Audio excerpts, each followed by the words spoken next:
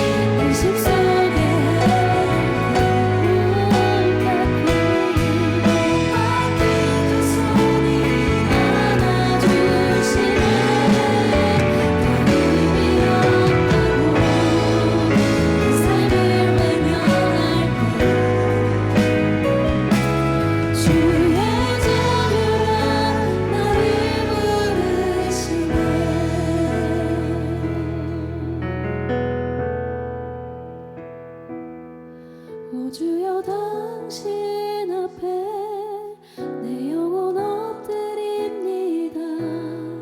내 안에 가득한 세상에 소리를 뒤로 한 채 오 주여 당신 앞에 겸손히 엎드립니다.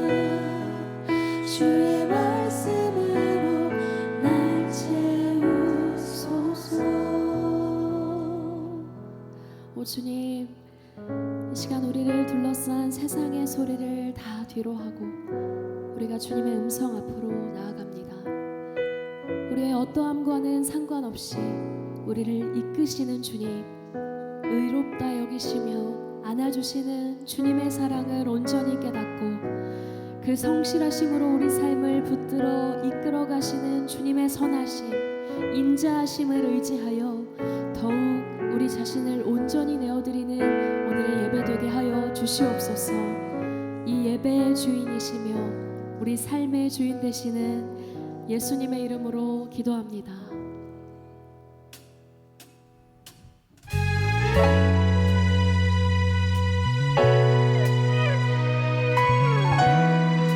우리의 삶을 이끄시는 주님, 우리의 삶 가운데에 가득 채워져 있는 주님의 그 놀라우신 사랑을 함께 노래하며 나아갑시다. 주님의 사랑이 나를 붙드시는 주님,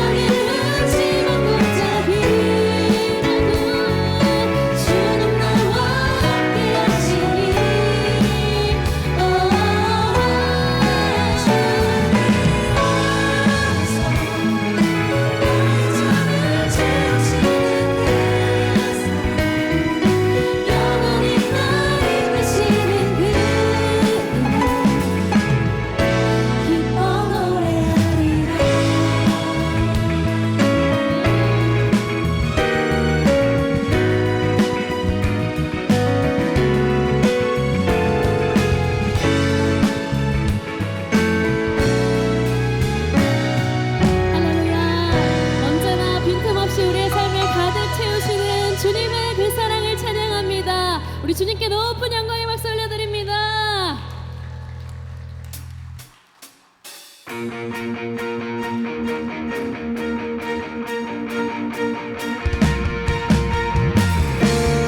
한번 기쁨과 소망의 확신을 가지고 주님의 손길을 의지하여 기쁨으로 찬양하기 원합니다.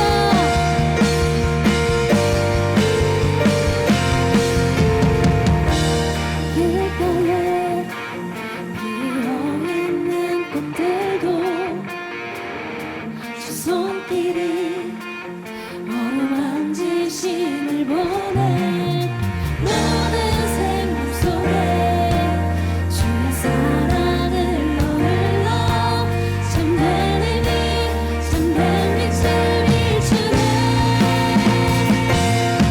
특별한 하루가 아니어도 행복을 느낄 수 있는 것, 소소한 내 삶에 함께하는 주님의 사랑 때문이죠. 작은 것에 감사하네. 참 기쁨 허락해 주시네. 진실한 주 사랑 내 삶에 가득하네.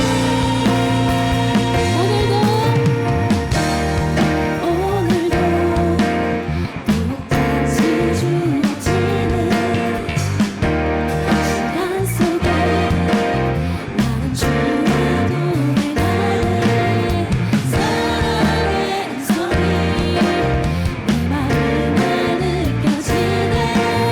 가장 귀한 주내 안에 계시네. 특별한 하루가 아니어도 행복을 느낄 수 있는 것, 소소한 내 삶에 함께하는 주님의 사랑 때문이죠. 작은 것에 감사하네. 참 기쁨 허락해 주시네. 진실한 주 사랑 내 삶에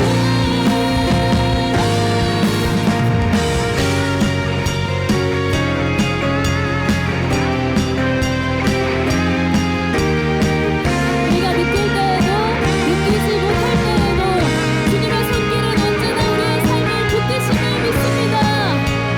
우리 그 믿음으로 다시 한번 고백합시다. 특별한 하루가 아니어도 행복을 느낄 수 있는 것, 소소한 내 삶에 함께하는 주님의 사랑 때문이죠. 작은 것에 감사하네. 참 기쁨 허락해 주시네. 진실한 주 사랑 내 삶에 특별한 하루가 아니어도 행복을 느낄 수 있는 것, 소소한 내 삶에 함께하는 주님의 사랑 때문이죠.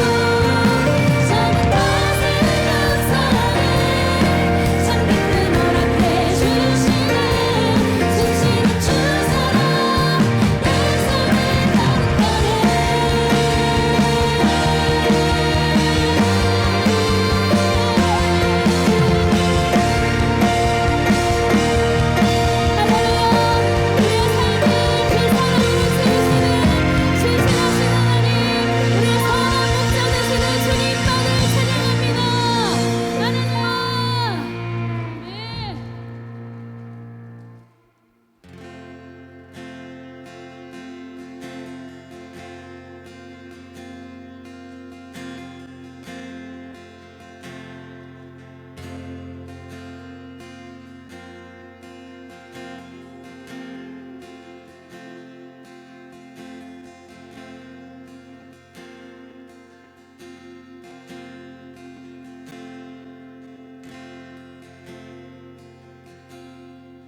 주께서 다스리는 내 삶을 주께서 다스리네 내 삶을 주께서 일하시네 지금도 주께서 일하시네 내 삶을 주께서 다스리네 내 삶을 주께서 다스리네 내 삶을 주께서 일하시네 지금도 주께서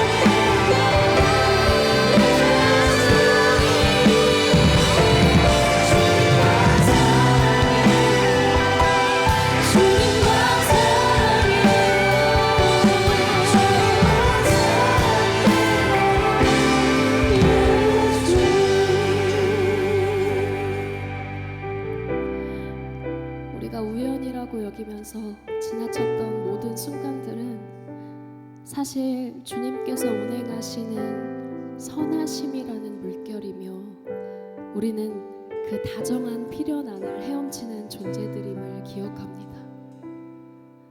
우리의 삶을 이루어 가시는 것은 주님의 선하심이십니다. 절대 깨지지 않을 그분의 약속이 우리의 삶을 이끌어 가십니다. 그것을 진정으로 깨닫는다면 여러분, 우리는 주님 더욱 의지하지 않을 수 없습니다. 우리 삶의 기초를 그분 위에 쌓지 않을 수가 없습니다. 우리 손에 쥐고 있는 것도 그분의 것이 아닌 것이 없고, 우리가 누리고 있는 모든 것도 주님의 것이 아닌 것은 없습니다. 아니, 우리의 전 존재가 다 주님의 것입니다. 그런데 어떻게 우리가 주님 없이 완전할 수 있겠습니까? 어떻게 주님 없이 충만할 수 있겠습니까? 우리 이 시간 이렇게 기도하면 좋겠습니다. 우리가 주님만을 의지합니다. 그 이유는 주님이 선하시며 그 선한 목자 되신 주님이 우리 삶의 주인이시기 때문입니다. 선한 목자 되시는 주님 바라보며 우리의 삶을 더욱 내어드리는 청년들 되게 하여 주시옵소서. 우리 주여 세 번 부르고 기도하며 나아갑니다. 주여, 주여, 주여.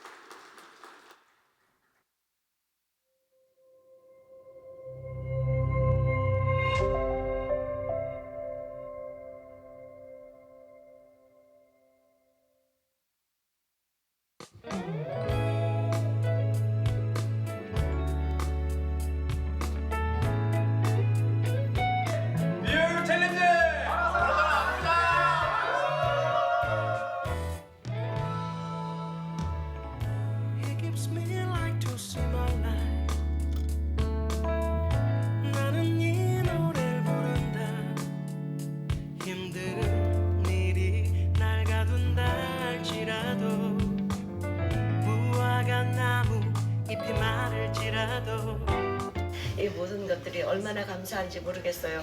예수님 때문에 이런 귀한 사랑 받을 수 있다는 게 너무 감사하고 고맙고 그렇습니다. 그래서 너무 감사해요. 이렇게 풍성한 선물을 받으면 저희가 오래도록 쓸 수 있어서 또 식구들이 아쉬움 없이 쓸 수 있다는 게 감사해요. 여러분이 돕는 귀한 손길, 여러분의 베풀어주는 이 사랑이 예수님의 사랑이고 여러분이 주신 그 귀한 은혜, 이 사랑이 저에게는 굉장히 큰 힘이 되고 또 삶의 용기가 되고 그렇습니다. 그래서 너무 감사해요. 고맙습니다.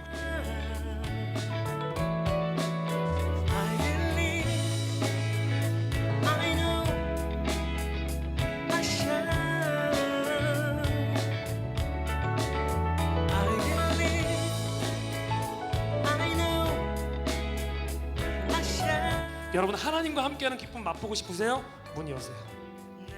여러분들이 문을 여시면 하나님께서 우리 삶의 기쁨이 되어실 줄로 믿습니다. 그 기쁨 맛보시려면요, 몇 가지 포기해야 돼요. 괜찮아 보이는 거, 다른 사람들 눈에 티 안 나는 거, 다른 사람들 눈에 보이기에 좀 멀쩡해 보이는 거, 그거 몇 가지 포기 좀 해야 될 수도 있습니다.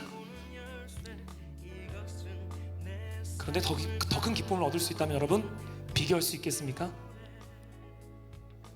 오늘 마지막으로 이 말씀, 볼지어다 내가 문 밖에 서서 두드리노니 누구든지 나의 음성을 듣고 문을 열면 내가 들어가 그로 더불어 먹고 그는 나와 더불어 먹을 수 있게 문 좀 열어줄래?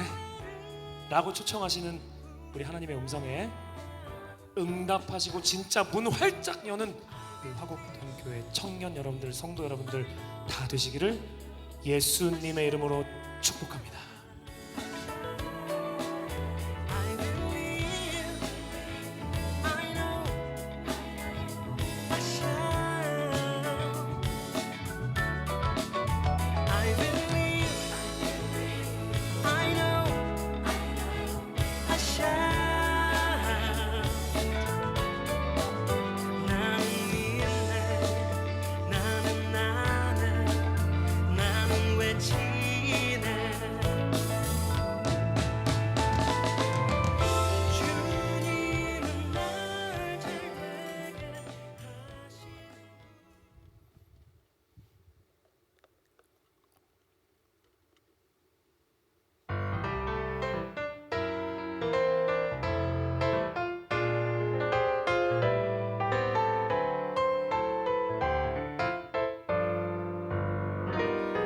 하루를 시작할 때 어려움을 만날 때 말할 수 없는 고민도 주님께 물어요. 주님 어디로 갈까요? 주님 어떻게 할까요? 주님 음성을 따라 나는 걸어가지요.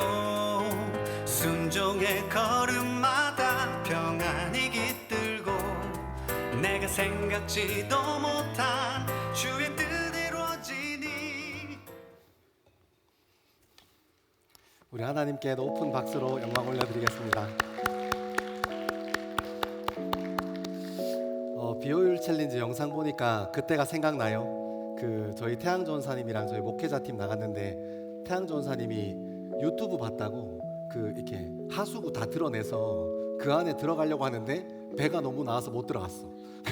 그래서 저희가 찍게 가지고 이렇게 담배꽁초 다 주워냈는데 와, 냄새가 말로 못 하는데요. 근데 딱 끝나고 나니까 진짜 뿌듯하고 너무 좋더라고요. 그래서 제가 비효율 챌린지 기간 동안 청년들이 이 화곡동 땅에 이 하수구도 뒤집고 쓰레기통도 뒤집고 이렇게 하면서 다녔을 거 아니에요. 그래서 제가 저희 공동체의 목회자로서 너무너무 행복한 시간이었다 하는 생각 같습니다.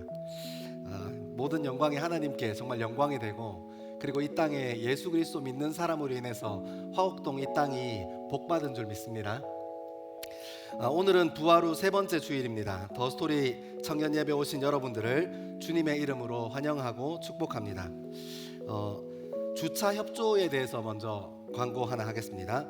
교회 주차장에 주차하시는 분들 혹은 교회 지하 주차장에 주차하시는 분들은 그 차에 본인 연락처를 꼭 올려두셔 달라고 사무실에서 부탁이 왔거든요. 본인 차에는 꼭 본인 연락처를 더해 주시고, 가끔 필요에 의해서 부모님 차를 가지고 오시는 분들도 있다고 합니다. 근데 부모님한테 연락이 가는 경우가 생기니까 꼭 본인 연락처를 잘 기록하셔서 차에다가 기입해 주시면 감사드리겠습니다. 5월달 6월달 큐티책 신청을 진행합니다. 2차 신청은 오늘 주일부터 22일 수요일까지입니다. 일정 참고하셔서 큐티책 구매를 진행해 주시면 감사드리겠습니다. 큐티책 수령은 예배 드리기 전에 로비 쪽, 본당 정문 쪽 로비에서 수령할 수 있으니까요. 꼭 수령해 주시면 감사드리겠습니다. 그리고 오늘부터 시작되는 제자훈련 큐티학교와 제자훈련 양육반에 지원하시는 분들은 반드시 큐티책을 구매해 주셔야 합니다. 자세한 내용은 주보를 참고해 주시면 감사드리겠습니다. 우리가 앞서서 광고 본 것처럼 주만추, 주님 안에서 만남 추구하는 프로젝트를 이제 구 매거진 팀, 리스토리 팀이 한번 청년들 위해서 잘 섬겨보고 싶다고 합니다. 따뜻한 봄날 여전히 혼자 수줍게 신앙생활하는 청년들을 위해서 주만추 이벤트를 진행합니다. 형제, 자매, 외모, 조건 없이 신앙만 보고 커피 한잔 할 청년들은 자유롭게 신청해 주시면 감사드리겠습니다. 솔로만 된다고 하니까 커플은 오지 마세요. 신청 방법은 주보를 통해서 QR과 리스토리 카카오톡을 참고해 주시면 감사드리겠습니다. 많은 관심 부탁드립니다. 그리고 절대 익명이 보장된다고 하니까 그 참고하셔서 많이들 지원해 주시면 감사드리겠습니다. 21기 청년 알파 섬김이를 모집합니다. 21기 알파를 시작했는데 함께 섬겨주실 중보기도 팀 그리고 주방팀 지원을 기다립니다. 매주 토요일이고 하루라도 이렇게 하신 분들은 함께 하실 수 있다고 하니까 관심 있는 분들은 목자 혹은 마을 목자에게 신청해 주시면 감사드리겠습니다. 제가 어제 알파하면서 물어봤어요. 그러면 중보기도 팀은 어떤 특권이 있냐? 공동체와 영혼을 위해서 마음껏 기도할 수 있는 특권이 있다 하셨고, 주방팀은 어떤 특권이 있냐 하니까 가장 따뜻하게 나온 음식을 먼저 먹어볼 수 있는 특권이 있다 하셨습니다. 잘 참고하셔서 신청해 주시면 감사드리겠습니다. 오늘 오후 5시 30분 다문화실에서 사역 리더 모임이 진행됩니다. 공동체를 세워가는 일에 쓰임받는 시간이 될 것입니다. 문의사항이 있으시면 최태양 전사님께 연락해 주시면 감사드리겠습니다. 오는 25일 토요일 오전 5시 20분 2층 글로리아 채플에서 청년교구 새벽 특송이 있습니다. 한 주의 마무리를 말씀과 기도의 자리에서 정리하고 하나님 말씀 앞에 우리 마음 쏟는 저와 여러분 되기를 소망합니다. 오는 25일 토요일 오전 7시 1층 다문화실에서 4월 마을 목자 모임이 있습니다. 마을 목자분들은 날짜와 시간을 잘 확인하시고 참여 부탁드립니다. 다음 주일은 청년 발전을 위한 헌금이 있는 주일입니다. 기도하는 마음으로 함께 준비하면 좋겠습니다. 드려진 헌금은 전액 맡겨진 지역을 섬기고 성숙한 그리스도인을 길러내는 일에 쓰이게 됩니다. 함께 동참해 주세요. 오늘부터 상반기 제자훈련이 시작됩니다. 이번 제자훈련은 여러분들이 직접 듣고 싶은 과목을 이렇게 신청하신 만큼 시작하는 시간을 잘 지켜주십시오. 시작하는 시간이 조금 늘어나면 시간이 많이 늘어나기 때문에 시작하는 시간을 잘 지켜주시고 적극적인 태도로 제자훈련에 임하셔서 신앙의 성숙에 좋은 계기가 되기를 기도하겠습니다. 제자훈련을 시작하는 모든 분들을 응원하고 기도합니다. 근데 확실히 얘기할 수 있는 건 해보면 달라요. 안 해보고 이렇게 밖에서 얘기하지 마시고 해보시면 정말 좋습니다.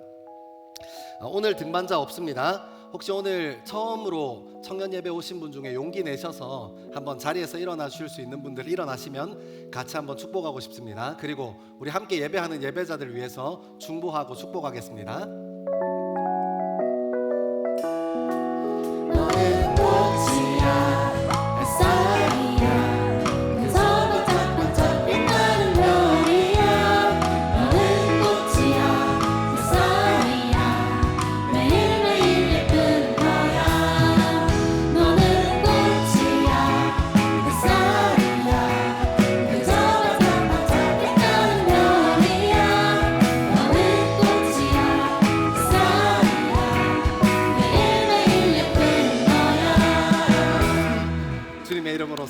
축복합니다.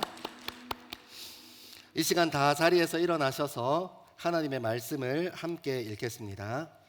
오늘 우리에게 주시는 하나님의 말씀은 신약 성경 요한복음 11장 17절에서 27절까지의 말씀입니다. 요한복음 11장 17절에서 27절의 말씀입니다. 하나님의 말씀을 한 절씩 교독하여 읽겠습니다. 예수께서 와서 보시니 나사로가 무덤에 있은지 이미 나으리라.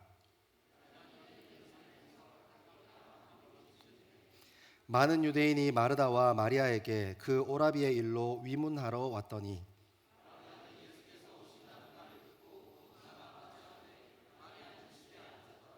마르다가 예수께 여짜오되 주께서 여기 계셨더라면 내 오라비가 죽지 아니하였겠나이다.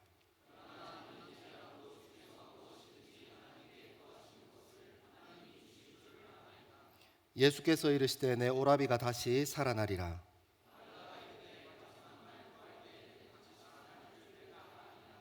예수께서 이르시되 나는 부활이요 생명이니 나를 믿는 자는 죽어도 살겠고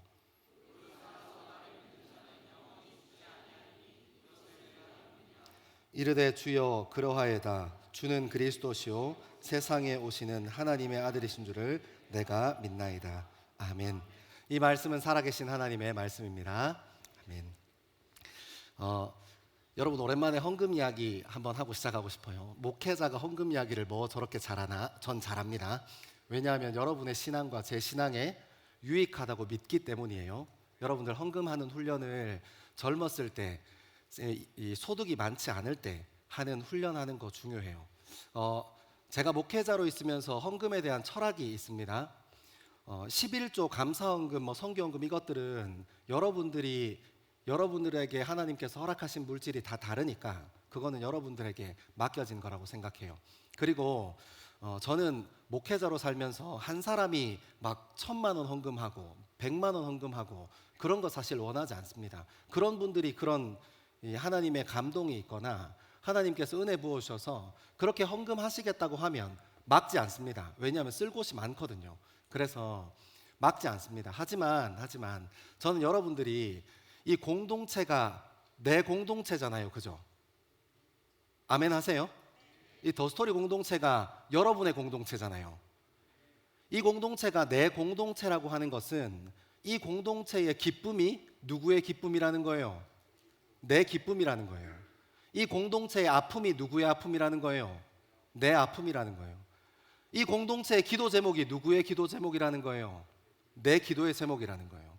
여러분 저는 100만 원, 1,000만 원 헌금하는 것 그거 하나님께 귀한 일이라고 생각하고 그렇게 은혜 주시고 마음 주셔서 헌금하면 저 그 헌금 말리지 않겠지만 전 여러분들이 10,000원 한 장이라도 1,000원 한 장이라도 내 공동체니까 하나님께서 허락하신 내 공동체니까 이 공동체의 기도 제목이 내 기도 제목이 되고 이 공동체의 사역이 내 사역되는 것들을 경험하는 시간 되기를 소망합니다. 저는 100만 원짜리 한 사람 헌금하는 사람 말고 10,000원짜리 10사람 헌금하는 사람 기다려요. 진짜 이 공동체가 내 공동체고 이 공동체의 기도 제목이 내 기도 제목이고 이 공동체의 사역이 내 사역인 사람 원합니다. 그렇게 공동체성을 가꾸어가는 저와 여러분 되기를 소망합니다. 여러분 2주 전에는 저희가 믿음의 입장에서 고린도전서의 말씀을 통해서 부활의 소망이 뭔가, 부활의 소망은 믿음에 어떤 의미가 있는가에 대해서 조금 생각해 봤습니다. 그리고 이제 지난주에 헤리티지랑 열심히 이렇게 같이 찬양하고 한 주를 걸러서 왔는데 제가 부활에 대해서 다시 설교해야지 하고 준비하지 않았는데 저희가 그 요한복음에 나오는 에고 에이미, 그러니까 나는 무엇이다 하고 요한복음에 총 7개가 기록되어 있는데 이 7개 중에 오늘 5번째가 우리가 순서대로 이렇게 쭉 했는데 5번째가 부활이요 생명이니라는 파트예요. 그러니까 여러분 예수님께서 부활이시고 예수님께서 생명이다라고 얘기하시는데 여기서 중요한 게 있는데 시제예요. 시제. 언제 부활이고 언제 생명이라고 얘기하냐면 부활이다. 그러니까 현재 지금 부활이다. 지금 생명이다 하고 이 시제가 다 현재입니다. 이것을 이제 어려운 말로 신학적인 표현으로 부활의 현재성이라고 얘기하는데 이 말이 왜 나왔냐면 이 어려운 말 부활의 현재성이라는 말을 해보고 싶어서 학자들이 만든 말이 아니라 부활은 언제 의미가 있냐면 우리가 죽고 나서 의미가 있어요. 그죠? 원래 부활이라는 것은 많이 아팠다가 회복된 것을 부활한다고 얘기하지 않습니다. 정말 깊이 다쳤다가 죽을 만큼 다쳤다가 회복되는 것을 부활이라고 하지 않아요. 부활은 모든 생물학적인 모든 것들이 끊겨졌을 때, 모든 것이 닫혀졌을 때 다시 부활한다라는 표현을 써요. 근데 부활의 현재성이라는 말은 어떤 표현이냐면, 그러니까 우리가 지금 살아 있으니까 부활이 의미가 없잖아요. 죽고 나야 의미가 있는 게 부활이니까. 근데 그렇지 않다는 거예요. 하나님 말씀을 천천히 따라 읽어가고 성서 연구하시는 분들이 부활의 현재성이라는 표현을 쓴 이유는 내가 죽어야 의미가 있는 부활인 줄 알았는데 그게 아니라 성경을 천천히 따라 읽어가고 예수님의 이 말씀들을 따라 읽어 내려가니까 부활은 지금 살아있는 나에게도 의미가 있다는 거예요. 이것을 신학자들이 부활의 현재성이라고 정리했습니다. 여러분, 오늘 말씀을 좀 따라 읽어 내려가면서 지금 우리에게 왜 부활이 필요한가, 그리고 이 부활은 우리의 삶을 어떻게 변화시키는가, 여전히 살아있는, 내가 죽지 않았는데 살아있는 우리를 어떻게 부활이라는 것이 변화시켜가는가 하는 이야기들 조금 집중해서 함께 하나님의 음성 듣는 귀한 시간 되기를 소망합니다. 우리가 먼저 이 말씀의 배경부터 좀 알아야 하거든요. 우리 11장 5절에서 7절 말씀 같이 한번 읽겠습니다. 5절에서 7절입니다. 시작. 예수께서 본래 마르다와 그 동생과 나사로를 사랑하시더니 나사로가 병들었다 함을 들으시고 그 계시던 곳에 이틀을 더 유하시고 그 후에 제자들에게 이르시되 유대로 다시 가자 하시니. 아멘. 아멘. 이 이야기의 중심 테마가 뭐냐면 아픔, 나사로의 병듦이에요. 병듦. 그리고 우리는 아는 것처럼 나중에 예수님께서 이 나사로가 죽었다라고 얘기합니다. 그러니까 나사로의 힘듦과 병듦 그리고 나사로의 죽음이 지금 우리가 읽어가는 이 이야기의 중요한 흐름이 되는 거예요. 5절에 보면 예수께서 본래 마르다와 그 동생과 나사로를 사랑하시더니, 그러니까 무엇을 알 수 있냐면 이 나사로의 가정과 예수님이 굉장히 특별한 관계를 유지하고 있었다는 거예요. 그러니까 나사로가 깊이 병들어서 죽게 된 것 같으니까 이 나사로의 집안 식구들이 사람을 보내서 예수님께 나사로가 죽게 되었어요 하고 알려줍니다. 그러면 그 얘기, 나사로가 병들었다는 얘기를 듣고 6절에 보면 병들었다 함을 들으시고 바로 움직이시면 참 좋은데, 그죠? 하나님께서 병들었다고 하니까 바로 딱 움직여 주시면 저희도 기도할 때 하나님 바로 딱 역사해 주시고 막 번개 치고 이러면 너무 좋은데, 근데 하나님께서 그때 잠깐 멈추시는 때가 있어요. 오늘 표현에도 그런 표현이 있습니다. 병들었다 함을 들으시고 그 계시던 곳에 이틀을 더 유하시고, 그러니까 예수님께서 이틀을 그곳에 더 계시는 거예요. 그리고 제자들에게 그 후에 이틀이 지나고 난 후에 유대로 다시 가자라고 하십니다. 근데 여러분, 왜 이틀을 머무셨나 하는 것을 우리가 유추해 볼 수 있는 본문이 바로 밑에 나오는데, 우리 8절 말씀 같이 한번 읽겠습니다. 8절입니다. 시작. 제자들이 말하되 랍비여 방금도 유대인들이 돌로 치려 하였는데 또 그리로 가리시려 하나이까. 아멘. 아멘. 14절과 15절입니다. 시작. 이에 예수께서 밝히 이르시되 나사로가 죽었느니라. 내가 거기 있지 아니한 것을 너희를 위하여 기뻐하노니 이는 너희로 믿게 하려 함이라. 그러나 그에게로 가자 하시니. 디두모라고도 하는 16절까지 읽을게요. 시작. 디두모라고도 하는 도마가 다른 제자들에게 말하되 우리도 주와 함께 죽으러 가자 하니라. 아멘. 그러니까 예수님께서 이틀을 왜 머뭇하셨냐면, 이제 이게 모든 이유가 될 수는 없겠지만 8절에 의하면 이래요. 제자들이 말하되 랍비여, 예수님 방금도 유대인들이 돌로 치려고 했는데 지금 그런 사람들이 득실득실하는, 예수님 당신 보면 돌로 치려고 하는 그런 사람들이 득실득실하는 그 땅에 베다니 지역에 왜 가려고 합니까? 유대 땅에 왜 가려고 합니까? 하는 거 보니까 이 제자들도 예수님도 자신이 향해서 겨누어져 있는 폭력성을 알고 있었다는 거잖아요. 그죠? 그래서 이틀을 더 유하셨어요. 물론 예수님께서 이 폭력성 때문에 그냥 안 가셨나라고 얘기할 수는 없지만, 딱 유일한 이유가 그것인가라고 할 수 없지만, 우리가 말씀을 읽어보니까 예수님께서 그것들을, 예수님과 예수님의 제자들이 이 예수님 앞에 주어진 폭력성을 조금 의식했던 것 같아요. 근데 예수님께서 결단하십니다. 이제 나사로가 완전히 죽고 난 후에 들어가기로, 유대 땅으로 들어가자라고 하십니다. 16절에 보면 우리가 잘 아는 디두모라고 하는 도마가 다른 제자들에게 말해 우리도 주와 함께 죽으러 가자 하니라. 그러니까 진짜 순교하러 가겠다는 게 아니고 예수님께서 굳이 간다니까. 그러니까 어제 알파 토크 못 들었구나. 태양전사님이 좋아하는 단어인데 굳이 예수님이 간다고 하시니까 이제 거기에 엄청 온 힘을 다해서 리액션 해주는 거예요. 아, 그래, 같이 죽으러 가자 하고 들어가는 겁니다. 여러분, 제가 이 말씀 여기까지 배경에 대해서 묵상하다가 그 생각했어요. 예수님께서는 어디로 가야 하는지를 분명히 아시는 분이셨어요. 그리고 오늘 2026년을 살아가는 우리 그리스도인 인생도 분명히 가야 할 곳이 있다는 것을 알게 됩니다. 근데 그 길이 때로는 우리가 원하지 않는 길일 수도 있고 그 길이 힘들고 어려운 길일 수 있어요. 이 제자들은 유대인들, 이 율법주의자들이 돌 들고 예수님 치려하는 것만 봤지만 하나님의 본체셨던 예수 그리스도께서는 이제 유대 땅으로 가면 십자가 진다는 것을 누구보다도 선명히 아셨던 분입니다. 근데 그럼에도 불구하고 그 땅에 가야겠다는 거예요. 이제 내가 죽을 건데, 이제 내가 폭력 가운데, 조롱 가운데, 누명 가운데, 억울함 가운데 놓여질 텐데 내가 그것 피하지 않고 그 안으로 가야겠다고 얘기하시는 겁니다. 여러분, 우리도 그런 길이 있어요. 우리 젊음에도 힘들고 어렵지만 가야 하는 길이 있습니다. 우리 젊음에도 힘들고 어렵지만 피하고 싶지만 해야 하는 일들이 있다는 겁니다. 제가 여기까지 묵상하고 한번 질문자가 돼서 질문해 봤어요. 그러다 보니 질문을 몇 개 해보니까 이런 질문이 툭 하고 튀어나오더라고요. 그러면 하나님, 이 복음이라는 것은 우리가 십자가 지는 길, 힘들고 어려운 그 길을 힘들고 어려운 길인지 뻔히 알면서 그 길 걸어가는 것이 복음입니까? 십자가의 길, 이제 죽는 그 길, 그 부르신 그 길, 부르심 따라가는 그것이 복음입니까? 내 생명 내어놓고 가는 것이 복음입니까? 하고 제 마음에 그런 질문이 들더라고요. 제가 목사인데도. 근데 여러분, 제가 하나의 말씀을 2번 읽고 3번 읽고 이렇게 4번 읽고 하면서 뭘 발견했냐면 이 오늘 요한복음의 말씀 그리고 하나님의 말씀은 우리에게 그 십자가의 길로 너 가야 돼. 이제 나랑 같이 가는 거야. 이 어려움의 길로 가야 돼. 지금 이제 렛츠고 하는 거야 라고 얘기하지 않습니다.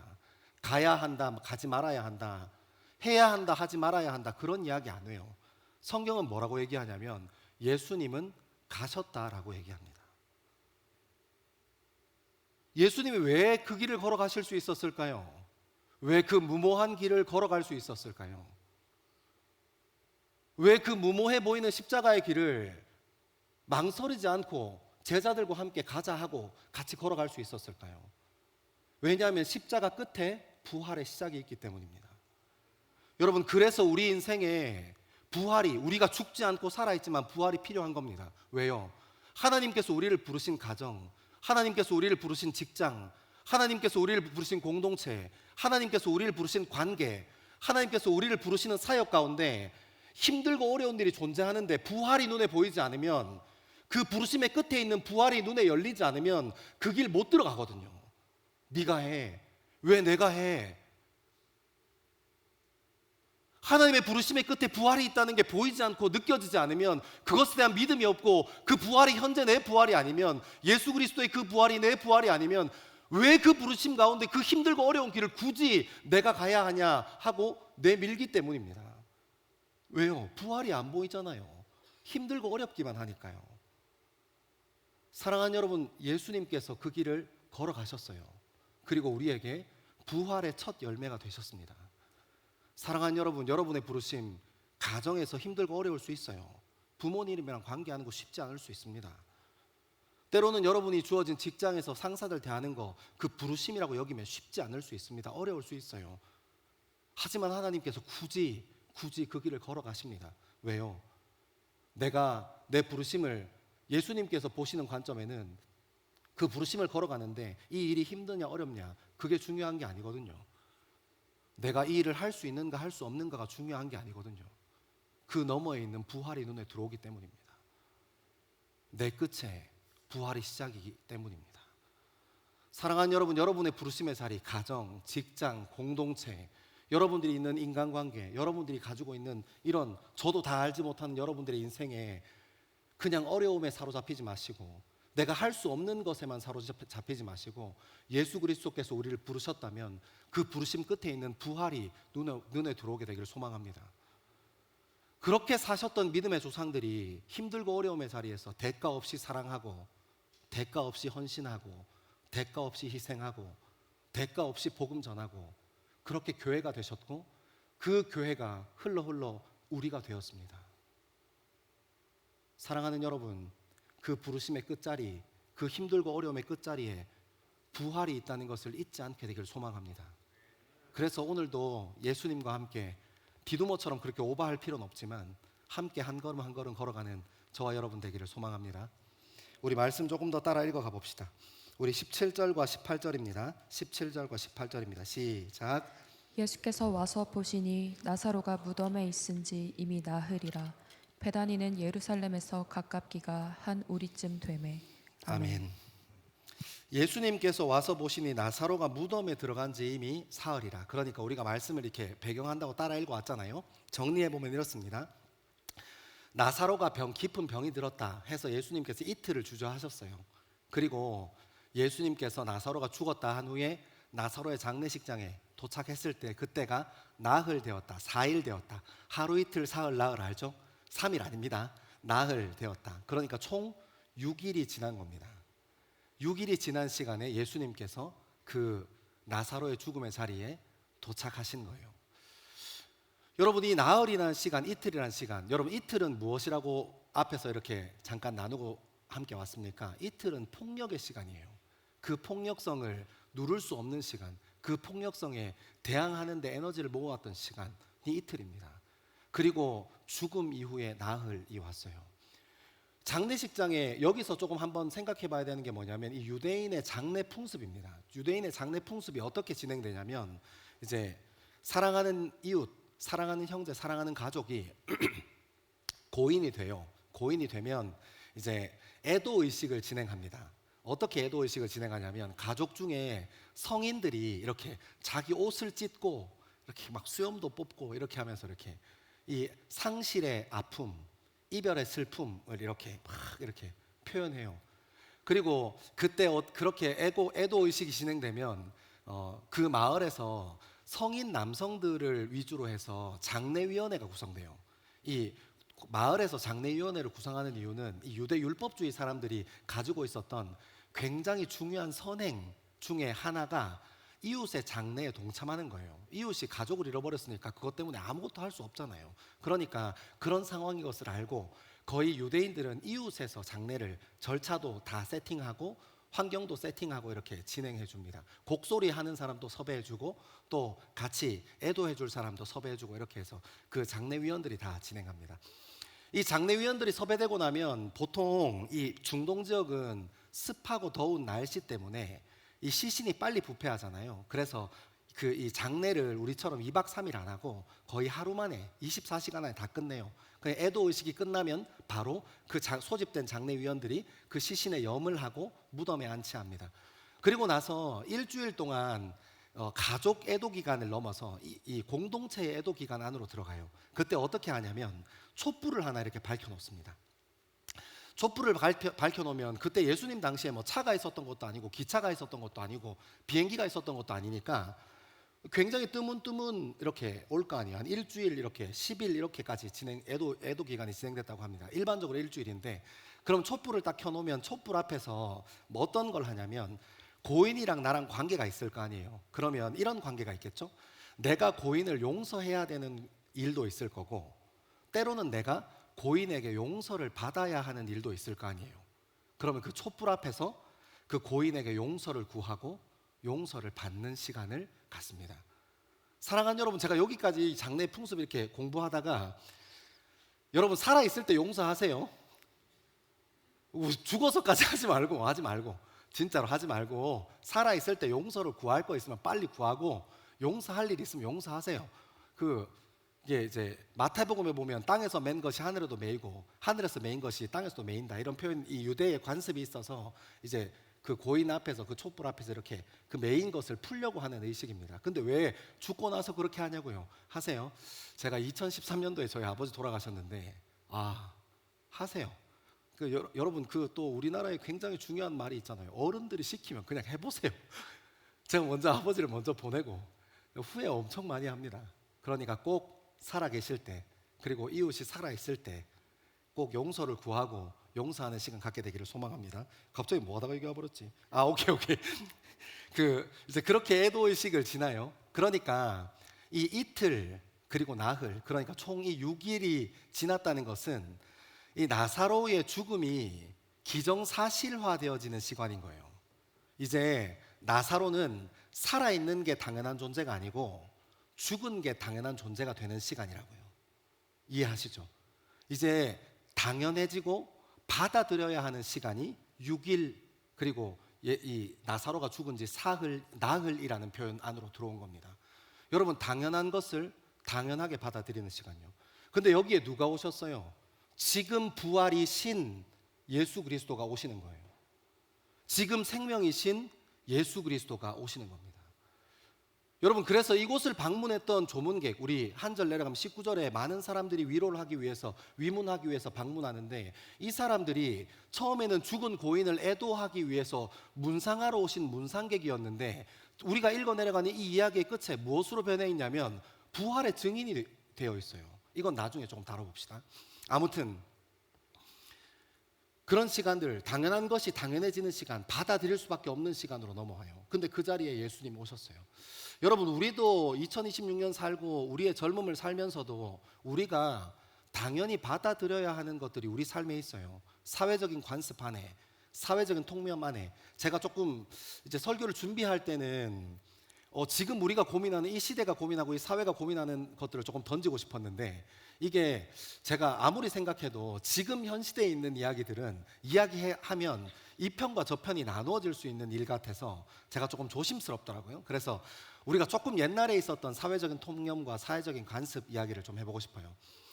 예수님께서 사셨던 이 로마 시대에는 여성에게 투표권도 없었고 여성에게 인권이 없었어요. 실제로 그 여성은 부동산 매매를 할 수 있는 이 능력이 없어서 고린도전서에 보면 자기 아들이랑 결혼했다 하는 표현이 있잖아요. 이게 막 사람들이 막 성적으로 문란하다고, 이 고린도 도시의 이 이미지 때문에 이 성적으로 문란한 거랑만 자꾸 연결하는데, 어떻게 엄마랑 아들이랑 어떻게 이렇게 결혼을 다시 해라고 생각하는데, 그런 차원 아니고 실제로 교회 안에 있었던 여성들 중에 남편이 전쟁이나 뭐 이런 여러 가지 일 사건과 사고로 돌아가시는 경우가 있잖아요. 그럼 남편에게 부동산을 유산으로 받으면 여성이 이걸 처분할 수가 없는 거예요. 그러니까 어떻게 하냐면 이 재산을 지키기 위해서 아들이랑 결혼했다. 별걸 얘기를 다 하네. 그거는 고린도전서에서 다시. 아무튼 그런 일들이 있었어요. 그래서 여성에게는 부동산을 처분할 수 있는 권한도 없었습니다. 아무튼 그만큼 약자였어요. 약자. 근데 그때 있었던 예수 믿었던 그리스도인들이 어떤 운동을 했냐면 자기에게 있었던 아들과 딸을 동등하게 사랑하고 동등하게 여겼어요. 그 시대에는 없던 일이에요. 그 시대에는 여자아이가 태어나면 실제로 그 전쟁터에 나가 있는 남편이 임신해 있는 아내에게 편지한 것들이 그 로마 시대 유물로 막 발견되잖아요. 거기 읽어보면 어떤 내용이 있냐면 딸이 태어나면 죽이시오, 이런 말이 있을 정도로 여성의 인권이 없고 여성이 물건 취급당하던 사회였어요. 근데 그 시대에 그게 사회적인 통념이고 그게 당연했던 시대였다고요. 근데 그 시대에 그리스도인들, 예수 그리스도를 구주로 고백했던 사람들이 자기의 아들과 자기의 딸을 동등하게 여겼다고요. 똑같이 귀하게 여겼어요. 얼마나 사회적으로 이 새로운 일이 일어났습니까? 당연한 것을 당연한 것으로 받아들이지 않고 부활이신 예수 그리스도로 바라볼 수 있는 눈이 있으면 다르게 살 수 있다는 거예요. 또 있습니다. 16세기 대항해 시대가 시작되고 나서부터 이제 그때부터 본격적으로 시작된 게 서양 문물이 온 세계로 퍼져가기도 했지만, 조금 우리가 마음 아프게 이 아프리카에 계셨던 흑인분들이 이제 노예상에 팔리기 시작하는, 그러면서 이 서구의 부를 축적해주는 아주 중요한 수단이 됐잖아요. 아무도 그것에 대해서 항거하는 사람이 없었습니다. 당연한 세대였어요. 16세기 대항해 시대에 시작했을 때부터 노예 제도가 시작됐던 것이, 실제로 역사적인 자료를 찾아보면 영국에서 노예 해방이 제일 먼저 일어났는데 그때가 언제였냐면 1833년이에요.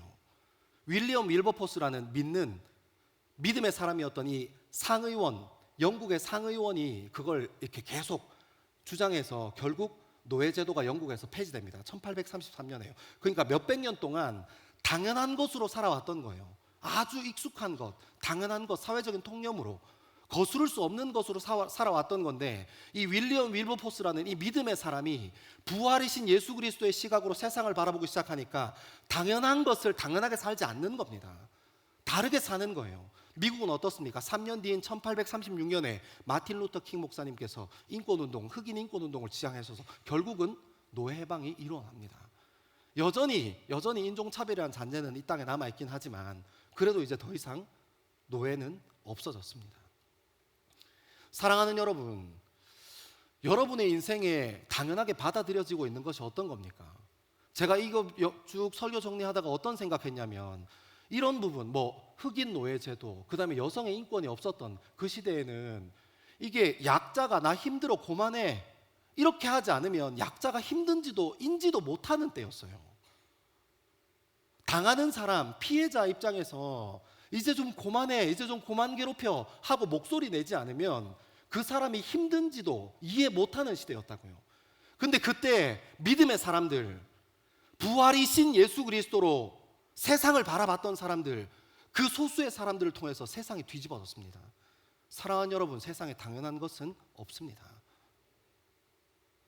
저는 여러분의 인생에 오늘 이 나사로의 장례식에 부활이신 예수 그리스도가 찾아가셔서 그것을 바꾸어 놓았던 것처럼 사회적인 통념, 당연한 것이 있다고 받아들이는 우리 젊음에 부활이신 예수 그리스도가 함께 하셔서 새로운 시각으로 우리 인생과 세상을 바라보는 저와 여러분 되기를 소망합니다.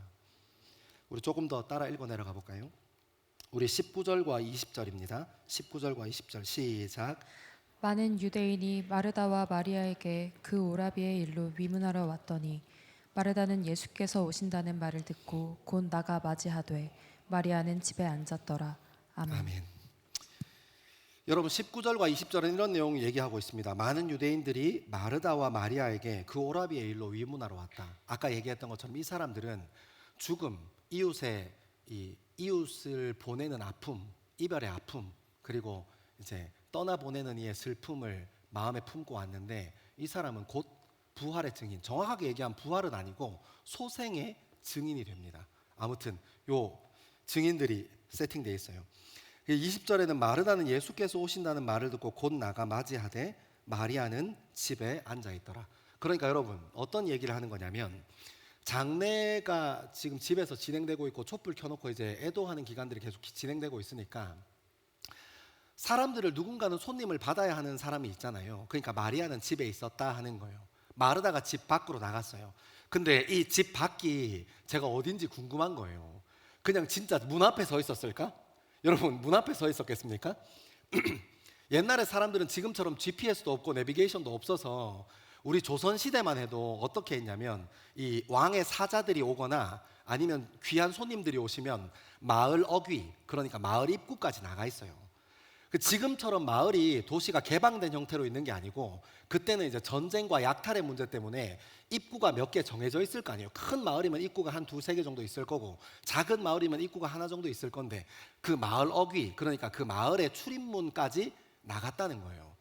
거기에 마르다가 가서 예수님을 만납니다. 제가 이 얘기를, 이 나사로의 죽음에 대한 이야기를 쭉 읽다가 왜 사도 요한이 이런 표현을 여기에다 집어넣어놨을까 생각하다가 되게 흥미로운 생각에 사로잡혔어요. 여러분, 나사로는 정말 예수 그리스도가 사랑했던 그런 이웃이었는데 이제는 죽었어요. 그래서 이 나사로는 더 이상 이 마을에 없습니다. 이해하죠? 장례의 조문객들을 막기 위해서, 그리고 오시는 예수 그리스도를 발벗고 쫓아나갔던 이 마르다와 마리아는 생명이 있는 존재였어요. 그리고 마을 안에 들어와서 애도 의식을 행하는 이들, 위문객, 조문객들은 생명이 있는 이들이었다고요. 이 생명이 있는 이들은 마을 안에, 생명을 잃어버린 사람은 마을 밖에 있습니다. 이해해요? 이 사도 요한이 이걸 대비시켜 놓고 배치시켜 놓은 거예요. 마을 안과 마을 밖을 죽음과 삶의 자리로 이렇게 대치시켜 놨다고요. 근데 예수님께서 어디로 들어오시는 거예요? 마을 밖에, 마을 어귀에서 마르다를 만나요. 무엇을 표현하고 싶었을까요?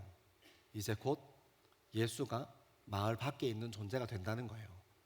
이제 십자가 지시로 가신다는 겁니다. 사랑하는 여러분, 예수님께서 오셨던 자리가 있더라고요. 저는 여기까지 묵상하고 연습상에 정리하고 알았어요. 하나님께서 우리에게 원하시는 자리가 있구나. 여러분 알죠? 어디가 여러분들이 있어야 하는 자리가 어딘지 여러분이 다 알죠? 그 자리가 내가 가기 싫은 자리일 수도 있고, 죽음과 가까이 보이고 어려움과 가까워 보여서 예수님처럼 그 자리가, 예수님께서 계시는 그 자리처럼 내가 있어야 하는 자리가 힘들고 어려운 자리여서 그 자리에 안 가고 싶은 건 여러분의 사정이긴 하지만 여러분이 어디에 있어야 되는 존재인지는 알잖아요. 누구 옆에 있어야 하는지는 알잖아요. 누구와 함께 연대해야 하는지, 누구를 품어야 하는지, 여러분의 자리가 어디여야 하는지 알잖아요. 근데 여러분, 우리는 그 자리 잘 안 가고 싶습니다. 우리는 마을 중심에 있고 싶어요. 좋은 자리에 있고 싶습니다. 높은 곳에 있고 싶어요. 예수님께서 마을 어귀에 계셨는데 그 자리, 예수님께서 계셨던 그 자리에 나도 있고 싶지 않고 나는 그냥 생명의 자리에 있고 싶어요. 좋은 것, 중심부에 있고 싶어요. 왜 그럴까요? 저는 이해했어요. 부활이신 예수 그리스도가 없어서요.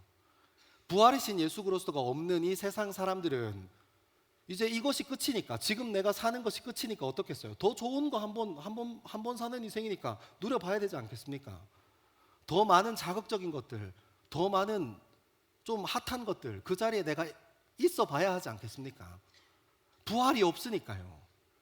근데 여러분, 부활이 무엇인지 아는, 내가 죽지 않았지만 그 부활의 현재성을 품고 있는, 그 부활이 무엇인, 예수 그리스도의 부활이 무엇인 줄 아는, 그 부활을 우리 삶으로 실제하고 있는 믿음의 사람들은 내가 그 자리에 있는 게 당연한 걸 알아요.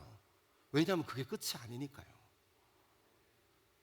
섬기는 자리, 사랑하는 자리, 품는 자리, 희생하는 자리, 헌신하는 자리에 예수 그리스도가 나사로를 찾아서 그 폭력성을 뚫고 나사로에게 나아오셨던 것처럼, 지금 그 마을 어귀에 계시는 것처럼 우리도 있어야 할 자리가 있다는 거예요. 근데 문제는 부활이신 예수 그리스도의 눈으로 그 세상과 시각을, 우리의 인생을 보지 못하면 우리는 여전히 부활 없는 인생처럼 중심부에 있고 싶고, 더 좋은 것만 취하고 싶고, 내가 더 자극적인 것 추구하고 싶어하는 인생으로 살기 쉽다는 겁니다. 사랑하는 여러분, 부활이신 예수 그리스도의 자리가 우리 자리 되기를 소망합니다. 우리가 찬양하면서 그런 얘기 하잖아요. 하나님의 시선이 머무는 곳에 내가 있기를 원한다고. 찬양은 그렇게 열심히 해놓고 어떻게 해요? 우리가 이렇게 부모님이랑 이렇게 있으면 부모님이 또 이렇게 저희한테 잔소리하고 그러면 엄마는 아무것도 모르면서 막 이렇게 툭툭 쏴버리고, 사실은 엄마 말이 다 맞는데 그런 데 있잖아요. 그죠? 친구가 뭐라고 얘기하면 괜히 그 말 맞는데 신경질 내버리고. 왜 그런 거예요? 내 의로, 내 열심으로, 왜 내 감정으로 내 주변에 있는 사람에게 다 쏘고 틱틱대고 그렇게 합니까? 부활이신 예수 그리스도를 잘 모르기 때문 아닙니까? 저는 이 말씀 읽으면서 생각했어요. 내가 있어야 될 때가 어딘 줄 알아요. 저는 그 자리가 힘든 것도 알고 그 자리가 어려운 것도 알아요. 예수님께서 그 자리에 계셔서 저는 그 자리에 가보려고 합니다. 피하지 않으려고요. 그리고 부활이신 예수 그리스도의 눈으로 그 자리에서 세상을 한번 바라보고 싶어요. 사랑하는 여러분, 그게 어리석어 보이지만 세상 사람들은 그렇게 희생하고 대가 없이 사랑하고 품는 자리에 서 있는 것을 어리석다고 얘기하지만, 아이러니하게 그거 알죠? 제가 2주 전에 얘기했잖아요. 이 세상은 사랑하는 사람, 품는 사람, 들어주는 사람, 공감해주는 사람, 연대하는 사람을 필요로 합니다. 그런 사람들을 원하고 바래요. 내가 하기 싫을 뿐. 근데 우리는 부활을 알잖아요. 저와 여러분이 그 자리에 걸어 들어가는 귀한 젊음 되어지기를 소망합니다. 우리 조금 더 읽어 내려가겠습니다. 어이구, 시간이 벌써 이렇게 됐네. 어떻게 해야 되나? 짧게 하겠습니다. 얘들아 고맙다. 예배도 와주고. 자, 우리 21절 22절 말씀입니다. 같이 한번 읽겠습니다. 시작. 마르다가 예수께 여짜오되 주께서 여기 계셨더라면 내 오라버니가 죽지 아니하였겠나이다. 그러나 나는 이제라도 주께서 무엇이든지 하나님께 구하시는 것을 하나님이 주실 줄을 아나이다. 아멘. 우리 24절 같이 읽겠습니다. 시작. 마르다가 이르되 마지막 날 부활 때에는 다시 살아날 줄을 내가 아나이다. 아멘. 아멘. 여러분, 이게 지금 무슨 좀 약간 아이러니한 일이 일어났는데, 예수님을 만났던 마리아가 예수님께 얘기합니다. 예수님, 당신이 여기 계셨더라면 이 내 오라비가 죽지 아니했을 수도 있는데, 그러나 나는 이제라도 주께서 무엇을 하시든지 하나님께 구하시는 것을 하나님이 주실 줄 믿는다 얘기했는데, 여기까지만 보면 마르다가 자기 오라비를 다시 살려주십시오 하는 것처럼 느껴져요. 근데 그렇지 않습니다. 그래서 우리가 24절도 읽었는데, 마르다는 어떤 의미로 얘기했던 거냐면, 이 마르다가 이르되 마지막 날 부활의 때에 다시 살아날 줄 믿는다. 그러니까 지금 나사로가 죽었던 이 상실의 아픔이 너무 커서 예수님 이 사람 다시 살려냈으면 좋겠어요. 우리 오빠 다시 살려주세요. 이게 아니고 그 하나님 품에 붙들려 있는 원대한 기대와 원대한 소망에 대해서 얘기하는 거예요. 그때에 부활할 때에 마지막 날 부활의 때에 다시 살아날 줄 믿나이다 하고 얘기합니다. 근데 예수님께서 또 다른 얘기하세요. 뭐라고 얘기하시는지 한번 봅시다. 우리 23절입니다. 시작. 예수께서 이르시되 내 오라비가 다시 살아나리라. 아멘. 우리 25절부터 27절까지 같이 읽겠습니다. 시작. 예수께서 이르시되 나는 부활이요 생명이니 나를 믿는 자는 죽어도 살겠고 무릇 살아서 나를 믿는 자는 영원히 죽지 아니하리니 이것을 내가 믿느냐. 이르되 주여 그러하려다. 난 주는 그리스도시요 세상에 오시는 하나님의 아들이신 줄 내가 믿나이다. 아멘. 여러분, 마르다는 예수님께서 오셨는데, 부활이신 예수님께서 오셨는데 자기가 정말 사랑했던 오빠 나사로가 다시 살아나는 것을 구하지 않았어요. 그냥 그 주님의 부재를 마음 아파하는 사람이었어요. 그때 예수님께서 우리 나사로 오빠랑 조금만 같이 시간 보내주셨더라면, 죽음의 자리로 들어갈 수 없었던 우리 오빠지만 그때 예수님께서 조금 계셔서 조금 같이 시간 보내주셨더라면 하는 그 주님의 부재, 예수 그리스도께서 계시지 않음, 그것을 그냥 예수님에게 탓하고 싶은 것 뿐이었어요. 그런데 예수님께서 이야기하십니다. 다시 살아난다.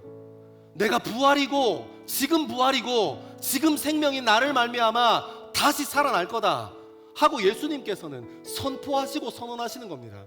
사랑하는 여러분, 여기서 무엇을 알 수 있습니까? 우리 믿음이 근사한 것처럼 보이는, 겉으로는 근사한 것처럼 보이는 때가 있습니다. 어떻게 해요? 지금 마르다가 고백하는 것처럼 주님께서 계셨으면 살아날 수도 있었는데, 지금 내가 주님 앞에 구하는 거 있으면 주님께서 들어주실 것 같은데, 이렇게 근사해 보이는데 정작 우리 밑바닥에는 입으로는 구하고 신실한 척하고 믿는 척하지만 뭐하고 있다는 거예요? 나 그냥 지금 당장 내가 원하는 것이 아니라 부활의 때에 그렇게 되길 원한다 하고, 내 믿음과 내 입술의 고백은 한 걸음, 두 걸음, 10걸음 떨어져 있는 것들이 실제로 존재한다는 겁니다. 근데 여러분, 예수님께서 다시 오셔서 뭐라고 얘기하냐면 다시 살아날 거다. 내가 부활이고 내가 생명이기 때문에 지금 다시 살아날 거다 얘기하시는 겁니다. 사랑하는 여러분, 이 구조를 좀 보십시오. 마르다가 가지고 있는 믿음은 정말 원대하고 위대한 믿음이 아닙니다. 입술은 거창한 믿음이었지만 속은 이미 그 오라비의 죽음을 받아들이고 있는 그런 모습으로 살아가고 있는 것, 당연한 것을 당연하다고 받아들이며 살아가고 있는 그 자리에 예수님께서 오시는 겁니다. 그래서 여러분, 이 구조를 잘 기억하십시오. 마르다는 입으로 거창하게 얘기하고 마음으로 중심으로 실패한 사람이지만 하나님은 실패함 없으신 분이십니다. 그러므로 우리가 살면서 죄 가운데 우리가 흔들릴 때, 우리 젊음이 뒤틀릴 때, 죄 가운데 넘어지고 낭망할 때, 그럴 수 있지만 그것 때문에 우리 인생이 망하지 않습니다. 우리 인생은 실패할 수 있지만 예수 그리스도께서 실패하시지 않기 때문입니다. 아멘 하시죠? 우리는 넘어질 수 있지만 우리와 함께 계시는 예수 그리스도께서 넘어지지 않으시기 때문입니다. 여러분이 유진 피터슨 목사님이 쓰신 부활이란 책에 The Great Catcher라는 표현이 있어요. 구원, 진정한 자유는 위대한 받아주는 사람으로부터 시작된다는 거예요. 유진 피터슨 목사님이 집에서 남자아이를 키우는데 그런 일이 있었답니다. 아이를 키우다 보니까 이제 엉금엉금 배밀이 하고 막 이렇게 기기 시작할 때부터 항상 아이들한테 신신당부해요. 얘들아, 높은 곳에 올라가면 안 돼. 높은 곳에 올라가면 안 돼. 하지만 여러분, 이 애기들은 이 마음이 너무너무 악한가 봐요. 어느 날 유진 피터슨 목사님께서 이 부엌에서 설거지하고 돌아오셨는데 아이가 이 서랍 위에 올라가 있더랍니다. 전문용어로 단스 알죠, 여러분? 이거 엄마들이 단스라고 얘기하는 거. 거의 뭐 한 3층 빌딩 높이에 애가 그 위에 딱 있더라는 겁니다. 유진 피터슨 목사님이 걔를 보고 당황했어요. 이게 얘가 어떻게 올라갔나? 얘가 거기에 올라갈 수 있는 리치가 아닌데 누가 올려다 놨나? 막 이런 생각이 복잡하고 있는데 얘가 여기 어떻게 올라갔을까 하고 있는데 그 아이가 갑자기 막 아버지가 오기 전에는 내려가지도 못하고 뭐 올라가지도 못하고 이러지도 못하고 저러지도 못하고 있다가 아버지 목사님이 딱 등장하시니까 아버지가 그 찰나의 그 순간에 고민하고 있을 때 아빠 하고 그 서랍에서 몸을 날렸다는 거 아니겠습니까? 유진 피터슨 목사님이 그 아들을 잡았게요, 못 잡았게요? 온 몸을 던져서 잡으시는 겁니다. 여러분, 이것이 위대한 자유입니다. 진정한 자유입니다. 여러분, 우리의 도약은, 우리의 용기는 정말 미비한 거예요. 우리가 죄 지었고 죄 가운데서 돌아서기 위해 발버둥 치고 돌아서고 회개하는 것, 그것을 통해서 하나님 더 가까이 하고 인격적으로 만나려고 하는 것, 그것이 영원합니까? 그 도약이 의미 있는 도약이고 참 하나님 앞에 소망되는 도약이지만 그것이 우리 인생을 지켜주는 도약입니까? 그렇지 않습니다. 그 도약은 그 아이가 아버지를 보고 뛰는 것처럼 미미한 도약입니다. 근데 누가 능력이 있으신 분입니까? 그 도약을 믿음으로 받아주신 아버지가 자신의 모든 것을 걸고 그 자리에 뛰어가서 그것을 받아내는 겁니다. 지금도 여전히 부활이시고 지금도 여전히 생명이신 예수 그리스도께서 우리 삶의 그 도약을 위해 온몸 던져서 그것을 받기 위해 뛰고 계신다는 겁니다. 그 안에서만 진정한 자유가 일어납니다. 그 안에서만 진짜 자유가 있습니다. 사랑하는 여러분, 부활이신 예수 그리스도로 살아가는 저와 여러분 되기를 소망합니다. 세상 사람들은 죽음 이후에나 부활이 의미가 있지 무슨 지금 살아서 부활하고 있냐 얘기합니다. 아니요, 그렇지 않습니다. 부활은 지금 여전히 우리 삶 가운데 역동합니다. 부활이신 예수 그리스도께서 나사로의 장례식을 방문하셔서 그 부활이고 생명으로 사셨던 것처럼 하나님께서 우리 삶 가운데 함께 하시기 원하시고 죽음 가운데 죄 가운데 있는 여전히 그렇게 미련하고 아둔한 우리 젊음 가운데에도 부활이시고 생명이시게 살 수 있도록 우리를 받고 계신다는 걸 잊지 않게 되기를 소망합니다. 사랑하는 여러분, 낭망하지 마십시오. 낭망할 수 있습니다. 다시 일어나십시오. 실망할 수 있습니다. 다시 일어나십시오. 넘어질 수 있습니다. 다시 일어나십시오. 왜냐하면 주님께서 우리를 받아주실 거기 때문입니다. 우리 그 믿음 가지고 다 자리에서 함께 일어나겠습니다. 우리 젊음의 믿음의 선포로, 우리 인생의 믿음의 선포로 함께 고백합시다. 6월절 어린 양의 피로 나의 삶의 문이 열렸네. 저 어둠의 권세는 힘이 없네. 주 보혈의 능력으로 원수가 날 정죄할 때에도 난 의롭게 설 수 있네. 난 더 이상 정죄함 없네. 난 주 보혈 아래 우리 다시 한 번 더 고백하겠습니다. 6월절 어린 양의 피로 나의 삶의 문이 열렸네. 저 어둠의 권세는 힘이 없네. 주 보혈 주님, 이것이 우리 믿음의 선포입니다. 원수가 날 정죄할 때에도 난 의롭게 설 수 있네. 난 더 이상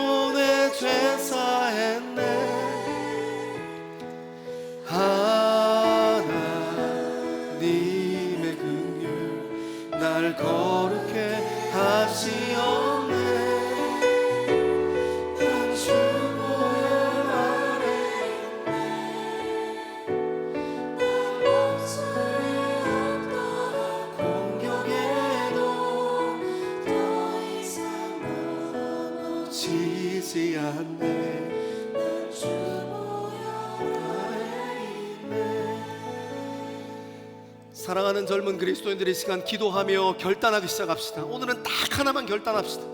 하나님, 내 인생에 여전히 살아있는 내 인생에도 주님 부활이 필요합니다. 부활이시고 생명이신 그 하나님께서 내 젊음 가운데 주님 여전히 필요합니다. 이 세상의 가치로 세상 바라보지 않고 부활이시고 생명이신 예수의 눈으로 내 젊음과 내 가정과 내 인생과 내가 속한 직장과 내가 속한 공동체와 내가 속한 관계를 볼 수 있도록 아버지 하나님 부활의 눈으로 우리의 시각을 열어 주시옵소서. 우리 그런 마음 가지시고 주의 이름 크게 세 번 외치고 함께 기도하겠습니다. 주여, 주여, 주여. 아버지 하나님, 부활이신 예수 그리스도의 시간으로 우리 인생을 바라볼 수 있게 주님 인도하여 주옵소서. 하나님, 여전히 우리는 넘어지고 낭만할 수 있지만 아버지 하나님의 마음으로 다시 한번 새롭게 열릴 수 있게 주님 인도하여 주시고, 아버지 하나님, 우리의 인생이 주님께 붙들림 받아요. 하나님 앞으로 나아가는 인생 될 수 있게 주님 인도하여 주옵소서.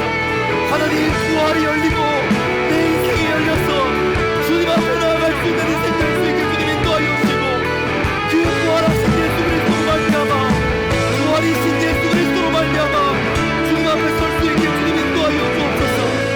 하나님, 이 세상 사람들은 당연한 것을 당연한 것이라 받아들이고 살지만 하나님, 부활하신 예수 그리스도께서, 부활이신 예수 그리스도께서 그 자리에 계시며 당연한 것을 당연하게 바라보지 못하게 하신 그 마음에 붙들리기 소망하오니 왕이신 하나님, 우리 인생 가운데 함께하여 주옵소서. 아버지 하나님, 우리 인생을 주님 따라주옵소서. 하나님, 부활하신 예수 그리스도의 마음으로 예수 그리스도를 통한 작은 예수로 살아갈 수 있도록 아버지 하나님, 우리 인생을 붙잡아 주옵소서. 주님 인도하여 주옵소서. 아버지 하나님, 예수 그리스도가 계신 곳에 나도 있길 소망합니다. 하나님, 그 자리가 죽음과 가까워 보이고 그 자리가 죽음에 머물러 있는 자리인 것 같지만 아버지 하나님, 예수 그리스도께서 머무시는 그 자리에 나도 함께하길 소망합니다. 하나님, 그 자리가 내 자리 될 수 있게, 그 자리가 내 젊음의 자리 될 수 있게 주님 인도하여 주옵소서. 아버지 하나님, 부활이신 예수 그리스도 통해서 세상을 바라볼 수 있게 주님 인도하여 주시고, 이 세상을 보기에 네가 그렇게 변화에 대하고 얘기하는 그 삶에 부활이신 예수 그리스도께서 주신 시간으로 말미암아 함께 바라보길 소망합니다. 주님 계신 그 자리에 나도 있고 부활이신 예수 그리스도의 눈으로 세상을 바라보며 주님께 소망 두고 살아갈 수 있게 주님 인도하여 주옵소서. 하나님, 대가 없는 인생과 대가 없는 사랑과 대가 없는 섬김으로 주님 우리의 삶을 인도하여 주시고 하나님, 쓰임받는 기쁨 누릴 수 있게 주님 인도하여 주옵소서. 하나님, 부활하신 예수 그리스도 앞에 선다는 것은 주님께 선하신 자유 앞에 서는 것을 기억하고 하나님, 우리 삶과 우리 주님 바라보고 주님 앞에 설 수 있게 주님 인도하여 주옵소서. 주여,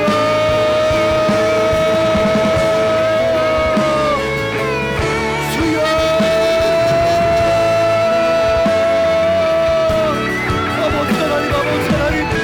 하나님, 생명이신 아버지 하나님 붙잡고 부활이신 예수 그리스도 붙잡고 함께 살아가고 주님 앞에 서 있을 수 있게 주님 인도하여 주옵소서.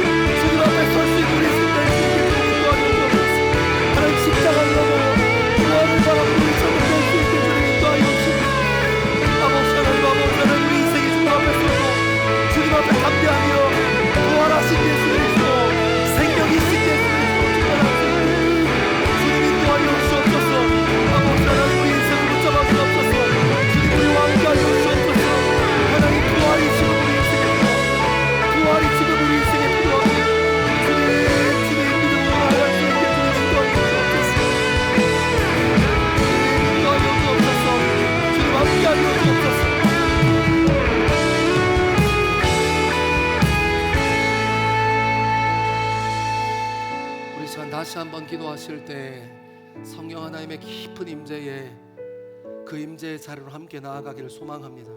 하나님, 우리의 의로가 아닌 예수 그리스도의 의로, 우리의 시선이 아닌 예수 그리스도의 시선으로, 우리의 마음이 아닌 예수 그리스도의 마음으로, 우리의 중심이 아닌 예수 그리스도의 중심으로 실패하고 넘어졌던 이스라엘 백성들이 주님 앞에 붙들렸던 것과 같이 여전히 죄 가운데 흔들리는 우리의 젊음도, 여러 가지 사건과 상황 가운데 흔들리는 우리의 젊음도 부활이신 예수 그리스도로 말미암아 새롭게 되어지기를 간절히 바랍니다 하는 그런 마음으로 성령 하나님의 임재와 지혜를 구하시면서 깊은 기도의 자리로 함께 나아가겠습니다. 기도하겠습니다. 살아계셔서 역사하신 아버지 하나님, 하나님 인생을 인도하여 주시옵소서. 하나님, 우리 인생은 주님의 인도가 필요합니다. 하나님, 당신의 인도하심 우리 삶 가운데 좀 필요합니다.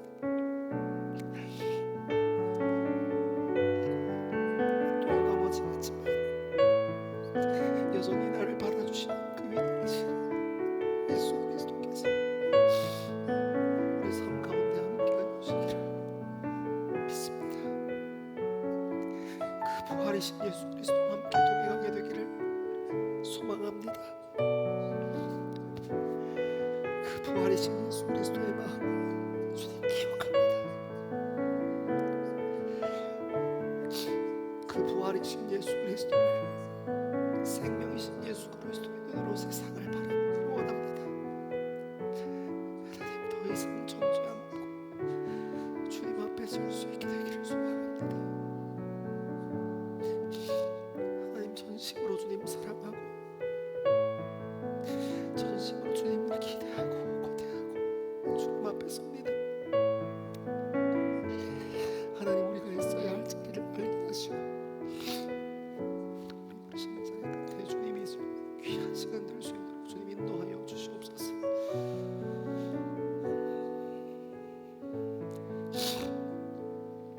사랑하는 하나님, 우리 인생의 부르심의 자리가 때로는 힘겹고 어려워 보일 때가 있습니다. 해야 하나 하지 말아야 하나, 이 힘든 일을 왜 굳이 내가 해야 하나 하고 수도 없이 질문할 때가 있습니다. 그 부르심의 어려움만 눈에 들어올 때가 있습니다. 부활이신 예수 그리스도가 십자가의 길을 걸어가셨던 것 같이 우리도 그 부르심의 끝의 자리에, 힘들고 어려움의 끝의 자리에서 부활을 경험하게 되는 우리 젊은 그리스도인들 될 수 있게 주님 인도하여 주옵소서. 때로는 우리가 힘들어도 가야 할 길, 승산이 없어도 해야 할 일이 있는데 그것을 부활이신 예수 그리스도의 눈을 통하여 바라보게 하시고 한 걸음씩 걸어갈 수 있도록 주님 인도하여 주옵소서. 사랑하는 하나님, 세상 사람들이 당연하다고 생각해서 약자들이 스스로 아프다고 얘기하지 않으면, 피해자들이 목소리 내지 않으면 여전히 폭력적인 그것이 이 세상의 통념이 되어 당연하게 받아들여지는 것들이 여전히 있습니다. 죽음 가운데 찾아가셨던 부활이신 예수 그리스도처럼 우리 삶 가운데, 우리 믿음 가운데 부활이신 예수 그리스도가 함께 하셔서 그들과 함께 연대하고 그들과 함께 동행하고 그들을 사랑하고 그들을 품을 수 있는 믿음의 사람들 될 수 있게 주님 인도하여 주옵소서. 예수 그리스도께서 계신 그곳 우리도 함께 있을 수 있게 주님 우리를 인도하여 주시고, 죽음에서 부활로 나아가셨던 그 자리 우리도 함께 있을 수 있게 주님 인도하여 주옵소서. 부활을 알지 못하고 부활을 믿지 않는 이 세상 사람들은 중심에 서려고 하고 더 높은 곁에 서려고 하지만, 부활을 아는 부활이신 예수 그리스도와 함께 동행하는 우리는 하나님께서 부르신 그 자리에 우리의 삶을 내어 맞추고 사랑하고 헌신하고 섬기며 쓰임받는 기쁨 누리며 살 수 있도록 주님 인도하여 주옵소서. 사랑하는 하나님, 이 부활을 통하여 우리가 진정한 자유함을 누리게 되기를 소망합니다. 우리가 주님 앞에 마음 정하고 기도한 후에, 삶을 정하고 난 후에도 또 죄 가운데 넘어지고 여러 가지 사건과 사고들 가운데 흔들리며 죄의식에 그리고 죄책감에 쌓일 때가 얼마나 많은지 모릅니다. 하지만 그건 넘어서 부활이시고 생명이신 예수 그리스도 의지하여 우리가 다시 돌이키면 모든 것을 던져 받아주셨던 예수 그리스도의 십자가를 기억하고 예수 그리스도의 사랑을 기억하며 다시 한번 주님 앞에 나아갈 수 있는 젊은 그리스도인들 될 수 있게 주님 인도하여 주옵소서. 감사합니다. 이 모든 말씀을 사랑하는 예수님 이름으로 기도합니다. 아멘. 부활이시고 생명이신 예수 그리스도와 연합하고 동행하기를 고백하는 젊은 그리스도인들 위해, 그리고 예배를 사모하여 함께 예배의 자리를 지키는 하나님의 백성들 위해 하나님께서 선포하신 복을 선언합니다. 여호와는 내게 복을 주시고 너를 지키시기를 원하며, 여호와는 그의 얼굴을 내게 비추사 은혜 베푸시기를 원하며, 여호와는 그의 얼굴을 내게로 향하여 드사 평강 주시기를 원하노라. 아멘.